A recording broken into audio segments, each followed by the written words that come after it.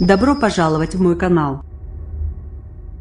Le succès du PSG à Nantes 10 a été marqué par l'affaire Tony Chaperon, mais il a aussi montré que Paris peut se montrer en difficulté face à une équipe agressive et disciplinée.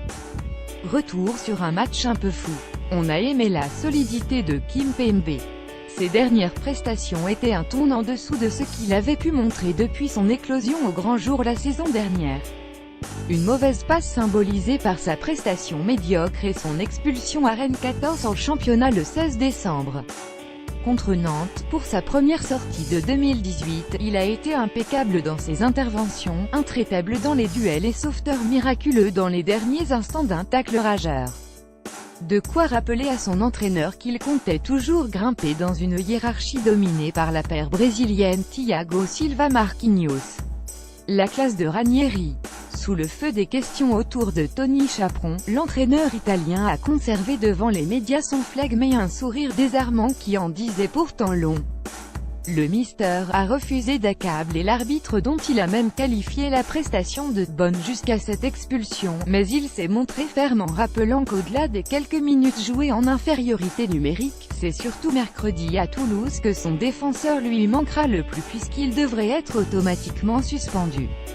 Une façon subtile de réclamer une décision rapide des autorités sportives et une éventuelle clémence à l'égard de son joueur. Il semble avoir été entendu puisque la direction technique de l'arbitrage dans son communiqué lundi matin indique que l'arbitre a reconnu que sa chute avait été provoquée involontairement. La TTA indique au passage que Tony Chaperon a rédigé un rapport complémentaire « On n'a pas aimé le cousson de Tony Chaperon ». La thèse de l'acte manqué est possible mais on peine toujours à comprendre, après une nuit de sommeil, ce qui a pu se passer dans la tête de l'arbitre international. Le fait qu'il donne un coup de pied volontaire à Diego Carlos est difficilement excusable. Mais qu'il en remette une couche en donnant, dans le même mouvement, un second avertissement au défenseur nantais, synonyme d'expulsion, confine au ridicule. Certes, le Brésilien a pu entre-temps proférer quelques mots doux à l'encontre de Chaperon, ce qui pourrait expliquer la réaction de l'arbitre.